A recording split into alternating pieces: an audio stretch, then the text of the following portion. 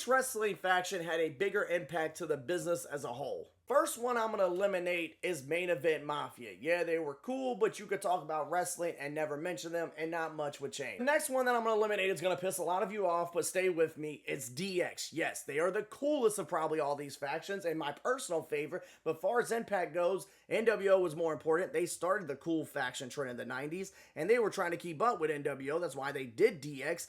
Also, as far as saving WWF during the Attitude Era, that goes more towards Stone Cold and Vince McMahon's rivalry than it does DX. Yes, they helped, but they were not the most important piece. Next one I'm eliminating is the Bullet Club. One, because I think it's a little redundant to have the Bullet Club and the Elite. And two, while the Bullet Club was a great precursor what to eventually would become the Elite in AEW, they did not start a whole nother company, although they did show that you could thrive outside WWE. Down to the final two, NWO that revolutionized the business in the mid-90s, taking us away from over-the-top gimmicks to more realistic characters, or the guys that gave us a whole new alternative to WWE and started another company. That's why I'm taking the Elite, and yes, I know my fellow old heads are yelling at me in the comments, but yeah, NWO is cooler, but this had more impact on the actual business. They gave people jobs and gave fans an alternative, so I think this answer is pretty easy, but I'm sure y'all have already started yelling at me in the comments.